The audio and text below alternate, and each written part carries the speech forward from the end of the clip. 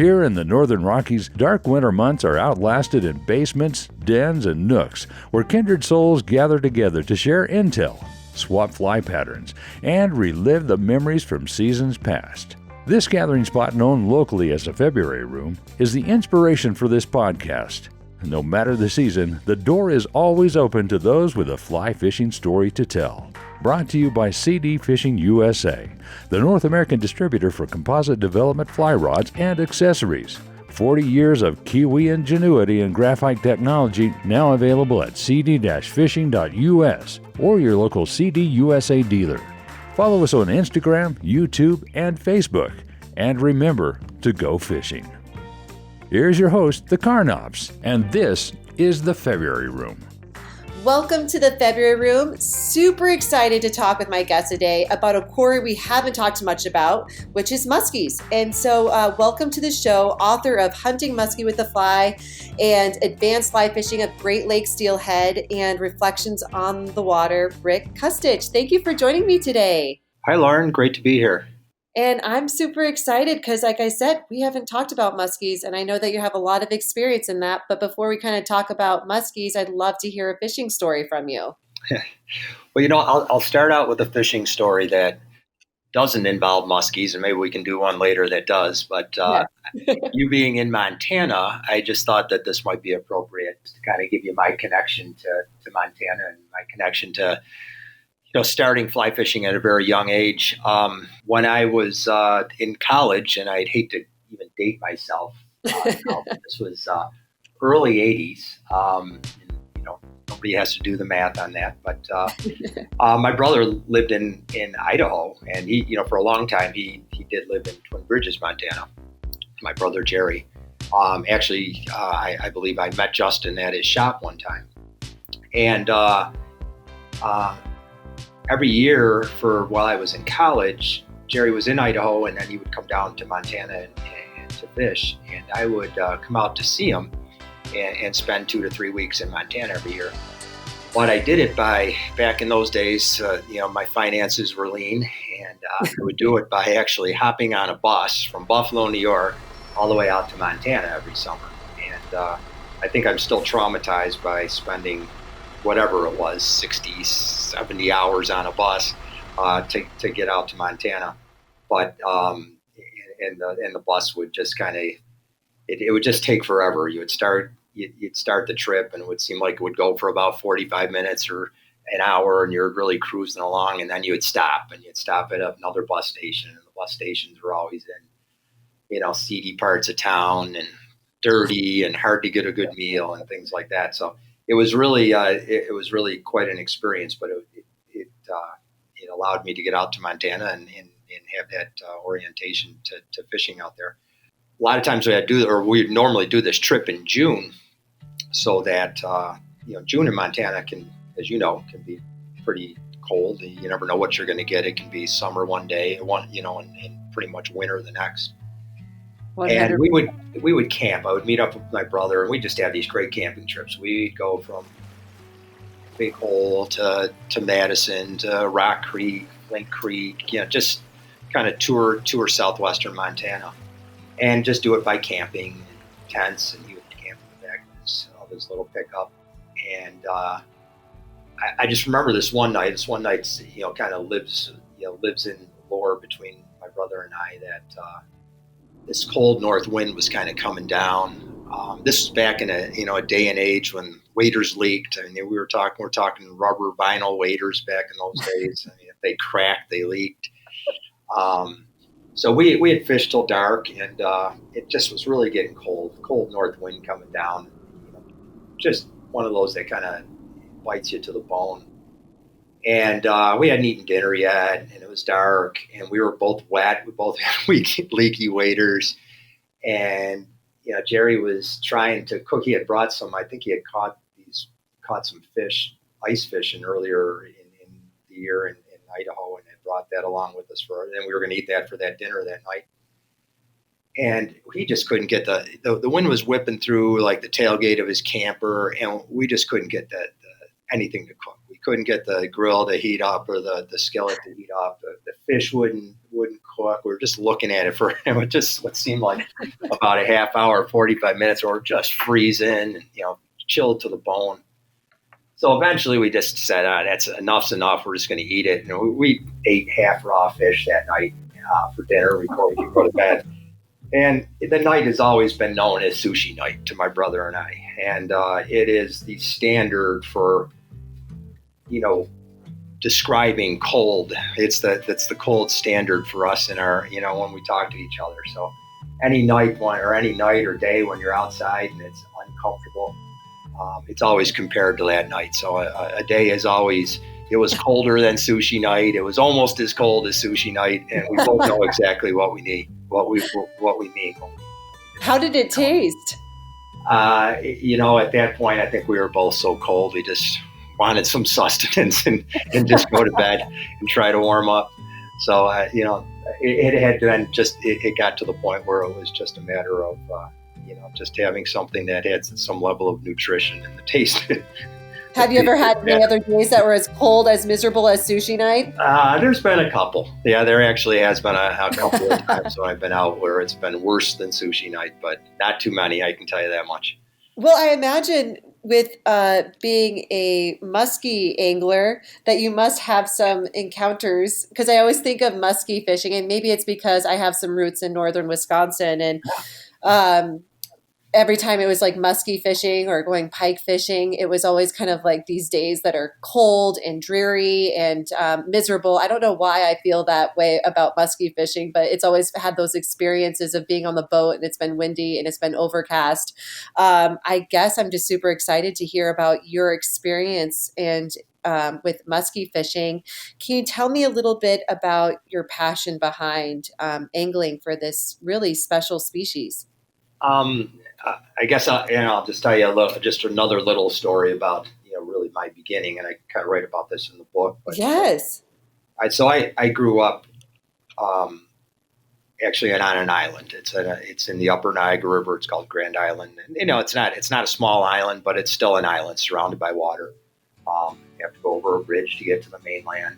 So had water all around me. Every male influence in my life. Father, grandfather, uncle, cousin, brother, all were fishermen. So it was really just inevitable that I was going to take an interest in it. Even my mom, when nobody else would take me fishing, my mom would at times take me down to the river to make sure I was able to enjoy myself during the summer times and do what I really had a passion for. Yeah, so it was great.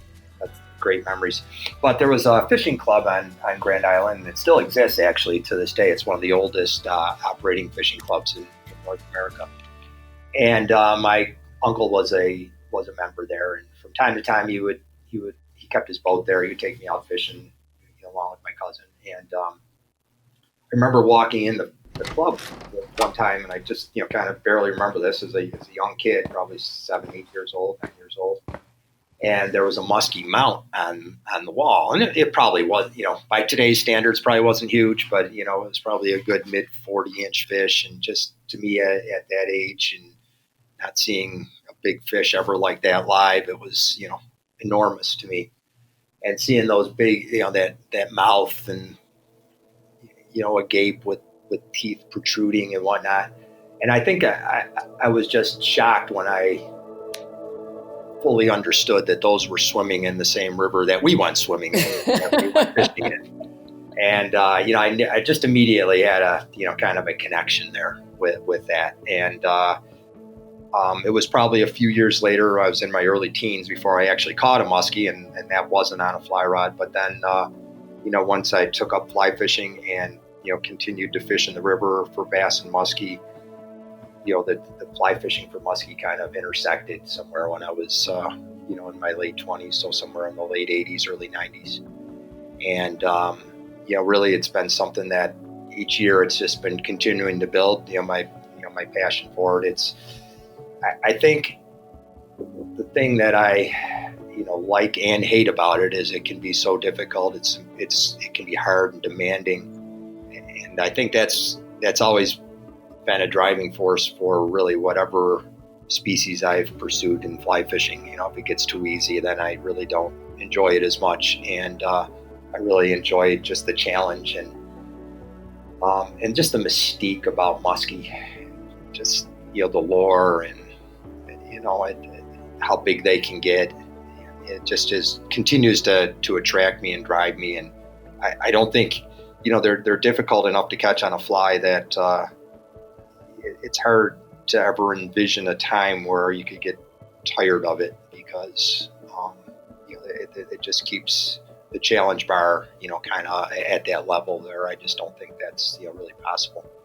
Honestly, they look like dinosaurs to me. I mean, they're such a ancient looking fish. I think they are super exciting. I mean, I guess, can you give me a little bit of detail? Because I've read your blogs and the battle of catching a muskie. When you have a muskie on your line, can you tell it's the difference between like, oh, this is a muskie as opposed to a pike because the way that it's fighting? Yeah, I think I believe so. I think muskies have a just the ability to kind of really dig down, and you kind of feel their weight, and you really kind of point their head down a lot of times initially, and you can really just, like I said, kind of feel the substantial nature of the fish. Versus a pike, I think they just seem to fight a little bit faster, quicker, have a little more of a tendency to run at you, and things of that nature. And for some reason, I think they're harder to catch because you said that you hadn't caught a muskie until your teens, and I still haven't even caught a muskie, but I've caught numerous pike. So, I mean, do you feel like the muskie are a little bit smarter than a pike, or there's just not that many? Yeah, they definitely are, and I don't know if I'd say it as smarter as they're not as aggressive. I think they're more careful, to commit to a bait, especially as they get older. That's why. So, a couple things. I'll talk about a couple things there. But with the fight of a muskie, a lot of times, I think people are surprised at really how short a duration a fight with a muskie can be, even a larger fish. They're not really built for the a marathon of a fight. I mean, they'll make their moves. They'll try their repertoire of maybe some short, sharp runs, some head shakes, possibly even a jump. But it seems like, once they kind of use their repertoire, they, tired fairly easy, and you definitely want to land them as soon as you can so that you can get a successful release. So while the fight with even a big fish doesn't always last real long, I can tell you that it's, the amount of work that you put in to put yourself in position to hook a fish and then finally hook a fish, that the excitement of whatever that lasts, a couple of minutes, 2-3 minutes, is about as exciting as it gets, in my mind, in fly fishing.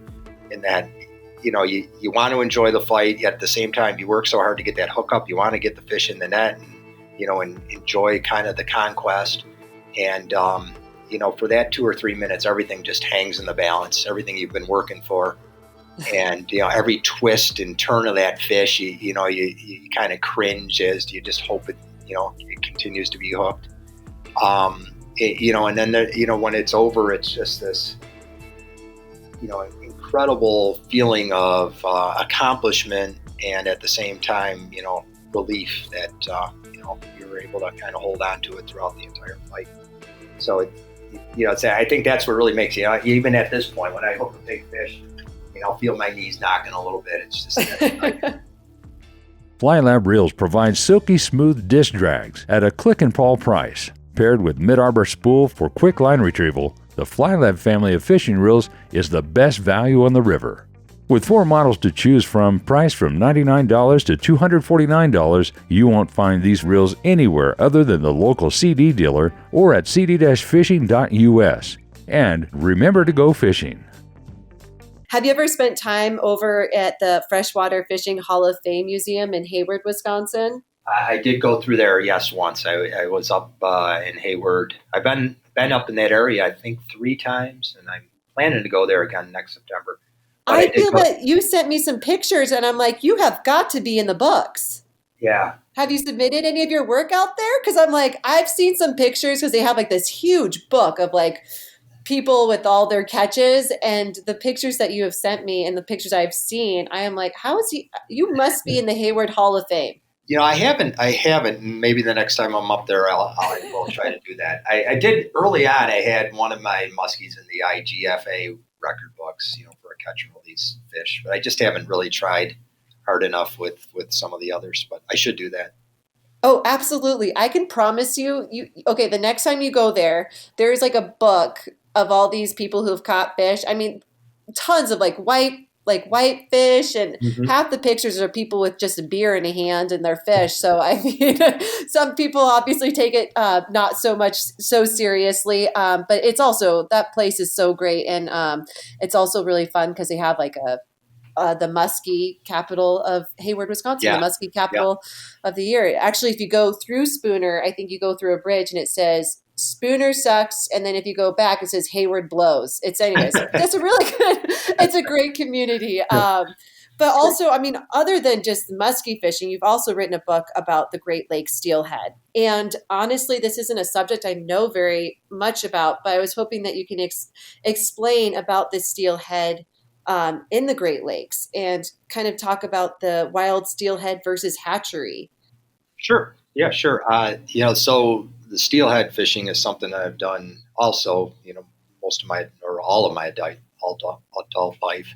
I was fortunate for that fishery to really kind of be on a rise right at the same time that I was really taking an interest in fly fishing. So it was a perfect intersection as well, and it's provided me a lot of over the years a lot of enjoyment. I've guided for steelhead at a fly shop for 10 years that catered mainly to the steelhead fishery. So it's something that's near and dear to my heart. There's always been some debate, and won't even try to start the debate, but some debate whether is that a true steelhead because they're in the fresh water of the Great Lakes versus going from salt water to fresh water. And in my mind, and in the definitions that I've heard from various biologists, is that a steelhead is just a migratory rainbow trout. And in this case, in the Great Lakes, it does migrate out of the rivers into one of the lakes and comes back when it's sexually mature, just like a native fish would on the West Coast. So they've garnered, and the fish that are here in the Great Lakes, they're not native, but they were originated from steelhead stock out of from California and from Washington, and so they have a steelhead origin. So they're referred to as steelhead, and I think we have a really interesting and significant fishery based on that. They actually, in the history of steelhead in the Great Lakes, really dates back a lot further than most people realize. But the first stocks were brought to the Great Lakes in like 1875 by railroad car, and were planted in the Great Lakes. And by the end of the 19th century, there was natural reproduction of steelhead in all 5 of the Great Lakes. By that time, and that kind of existed through the early part of the 1900s, and then in 1970 there was, in the 1970s, early 80s, when the Great Lakes kind of had taken a real dive, there was an increase in stocking programs that really more widely distributed the steelhead throughout the Great Lakes. But there are a number of rivers, particularly more concentrated in Ontario, Michigan, some in Wisconsin, to a smaller degree here in New York State, that have natural reproduction. And there are rivers that are sustained entirely through wild steelhead. And then there are others that really don't have the water quality, just groundwater, too much, not enough groundwater influence. Their tributaries don't stay cool enough during the summertime to support wild fish. Where hatchery programs have created a good fishery there. So, just like anywhere, we would like to see more emphasis on wild fish development and a little less reliance on hatcheries. More conservation with respect to kill limits and things of that nature. But I think there's probably as solid of wild populations in the Great Lakes now as possibly there has been in the past. I did see that you have, was it your video that I was just watching, Spay Days? Yes. What an interesting, that is so well shot. I mean, and what a great storyline and videography. How did that come about? It is. It really is. If anybody is interested in really seeing, I think, what the history of the Great Lakes, what the Great Lakes offers in terms of the size and challenge of the rivers, I think it really portrays that very well. Yes. So that is a film made by Robert Thompson. He's probably done 5 or 6 different films, and he does a very good job. Obviously, that was, I think, devised one night at the fly fishing show in Michigan. Over a couple of beers, we decided we were going to go out and shoot a steelhead movie, and sure enough, so that was probably in the spring. I guess probably that fall we actually got started on it, and he incorporated a number of other anglers throughout the Great Lakes, to cover a wider geographic area, and it really was good. I mean, we probably filmed that over the course of probably a couple of falls, a couple of springs, throughout those winters. Steelhead are a little bit camera shy, so certainly takes a little extra to get some on film. I remember throughout the entire filming, Robert, we call him RT, kept on saying, "Geez, next film I'm going to do is going to be a bluegill film, something where you guys can catch some fish." So, and, I love catching perch. Yeah. Those things, you put some cheese on the end of a hook and you can catch one. Right. Yeah. But we got enough. We did get enough really nice steelhead during the filming to really show what the fishery is all about. It's the type of thing where I approach fishing in the steelhead in the Great Lakes very similarly to how I approach it out west too. I go to British Columbia pretty much. I wouldn't say every year, but 2 out of 3 years, and there's very little difference in the flies, techniques, even equipment that I use in the Great Lakes versus I think that comes as a surprise to some anglers that haven't fished the Great Lakes before. Yeah, I was going to say, is there any similar way that you approach steelhead and musky fishing, or do you have to go with a totally different mindset when you're going to be going fishing for either species? Well, I think clearly the techniques are entirely different from swinging a fly for steelhead versus stripping and retrieving a fly for musky. Yep. But I do think there are some similarities in the mindset, with respect to persistence, kind of never say die, and fishing right to the end. I think those things travel well to both species of fish, for sure. So say you're going to take me some awesome musky fishing, whether it's in Buffalo, New York, where you're living. What is the best, what is your best day of fishing? What would that look like? Conditions and weather or moon phases? Do those all come to play? They do. Actually, they very much do. I think you hit a little bit on the head before when you were talking about the weather and dreary and overcast. I mean, I think anybody, when you're fishing for a predator, kind of likes those conditions. It just seems to make a fish a little bit more, whether it's musky, brown trout, really any predator, they just feel a little more comfortable when there's not bright sunshine, when it's darker. So certainly I love those kind of days where it's overcast, light winds, light to, maybe moderate winds, chop up the water just a little bit, but not so much that it makes it difficult from line management or casting. But you mentioned moon phase.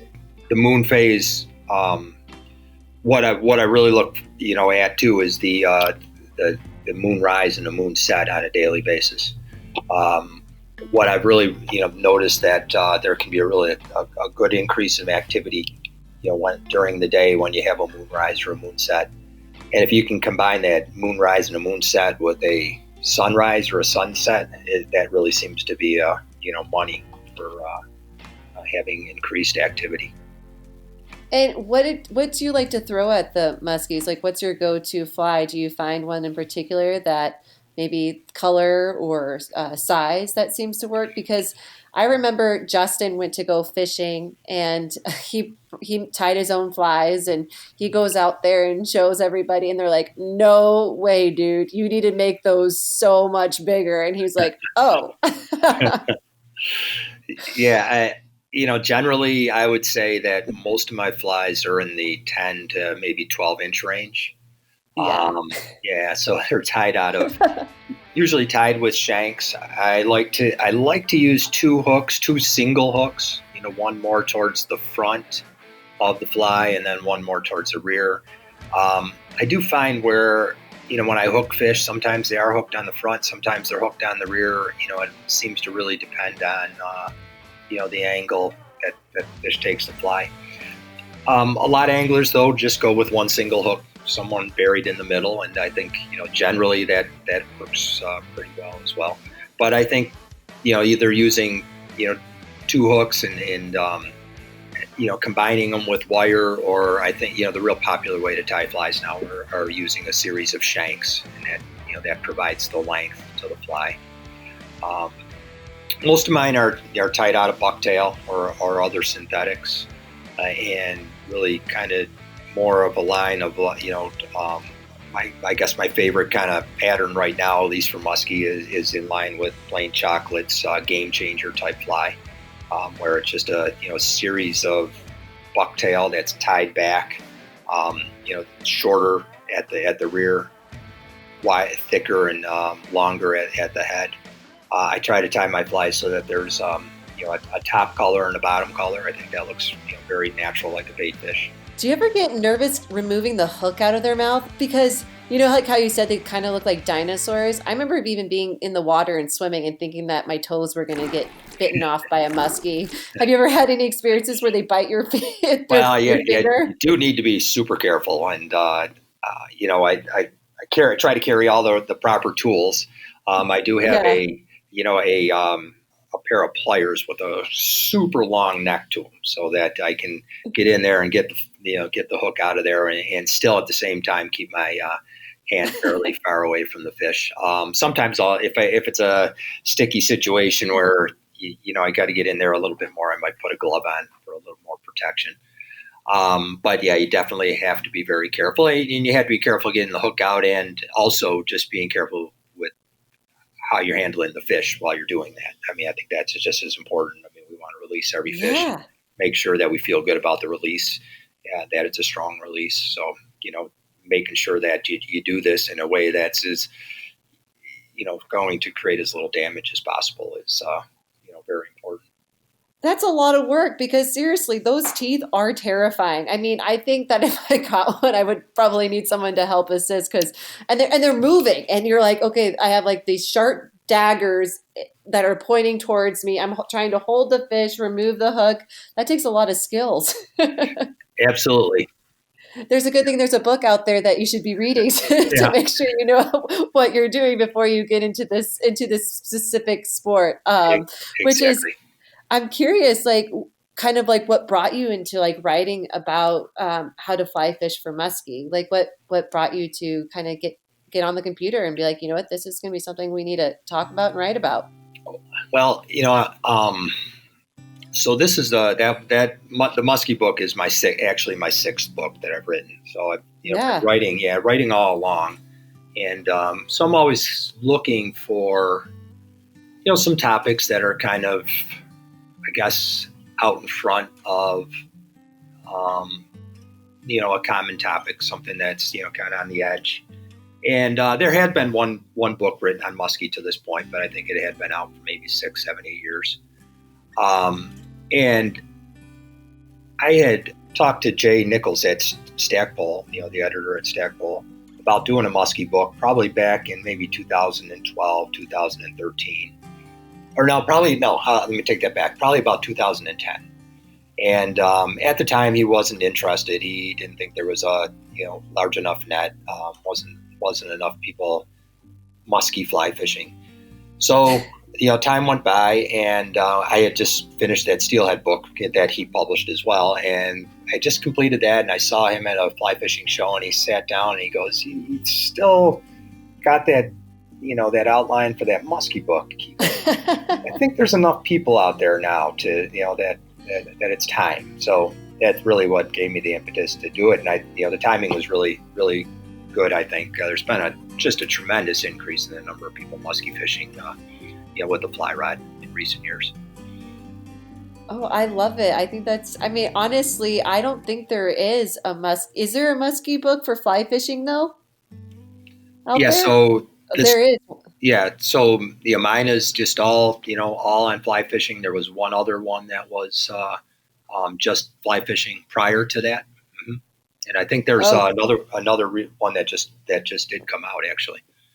Yeah. Okay, well, good to know. Well, but this is the book that you should be reading because you have all the experience for the musky fly fishing, which I would love to hear a fly fishing musky story if you have one up your sleeve. I think I was thinking about a few different things, but I think one that just a short story that kind of sticks with me is with musky fishing, it just so much of it is spending a lot of time in a boat, generally not catching fish, and it's about the fishing and about camaraderie. I think that's just such an important part of flying. As much as I enjoy fishing by myself and can spend an entire day by myself and not talk to anybody and thoroughly enjoy it, musky fishing I think is one of those sports and fly fishing for musky that if you share it with someone else that has the exact same passion as you do, it does enhance the experience.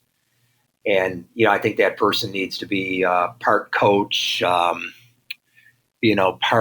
psychoanalyst, when you're really get down, start part cheerleader, because there is just such ebbs and flows in the emotions of musky fishing, and so often it's about somebody just kind of helping you to push on through the tough times. And yes. So I fished quite a bit with a friend of mine, Nick Pianessa, who did the photography in that book. Or a lot of the photography, the fly photography, and a lot of the other shots. And, we just have a really good working relationship. We're very happy for each other when we get a fish. And I think we feel as though we're on a team, and, every fish in the boat is a team, kind of a team effort. And so one day we were, fishing just the kind of the ultimate team effort. One day, a couple of years ago, we were fishing in the Niagara. And I had this really nice muskie come in. So often they follow your fly to the boat, and the same thing, and even in conventional gear fishing, they're like we talked about earlier. They're just more curious than a pike. They're just not. They don't have that trigger finger as much as a pike does. So it's very common for them to follow in. It's also very common to try to get those fish to eat right at the boat by maneuvering either an oval or a figure eight movement with the fly. And really, again, I talked about the excitement of landing a muskie, hooking a muskie, a big muskie right next to the boat. Is about as exciting as it gets, from an action standpoint. So I had this big fish follow me in, just kind of wandering in. I get it down to gets. I get my fly all the way in. I start into a figure eight, and it shows some interest, follows my figure eight a couple of times, and then just kind of fades off and just it wasn't interested enough, wasn't convinced. But Nick was stripping his fly in at the exact same time, and he kind of went over and started kind of going in Nick's direction. So he starts figure eighting the fly, and all of a sudden the fish kind of gets interested in his fly and starts tracking his fly and tracked it around a couple of times and ended up eating it. And Nick ended up hooking the fish. And it was really kind of neat. And we ended up landing. It was a really, really nice muskie.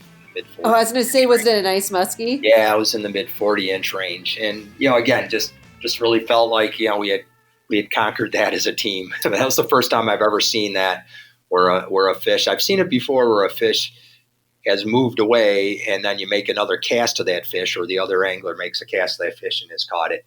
That was the first time I've ever seen one snub a fly on the figure 8 next to the boat and then go over and eat my buddy's fly. So his obviously looked a lot better than mine did on that day.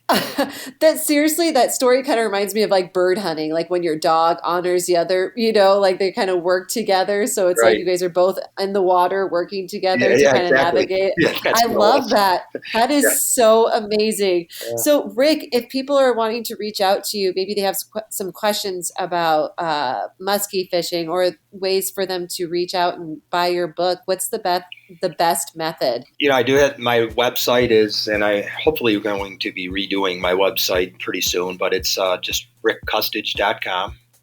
I'm also on Instagram and Facebook, just under Rick Kustich.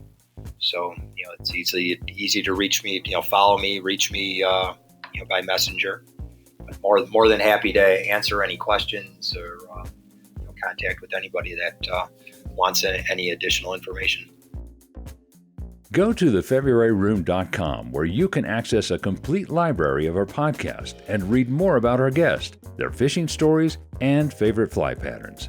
We're always looking for exceptional fly fishing yarns, and if you have one to spin, shoot us an email at info@thefebruaryroom.com. The February Room is always free, but if you feel like throwing a nickel in the pond, we appreciate any additional listener support. For companies and individuals interested in sponsorship opportunities, please contact us for our media kit. Thanks for stopping by the February Room, and we'll see you down here next week.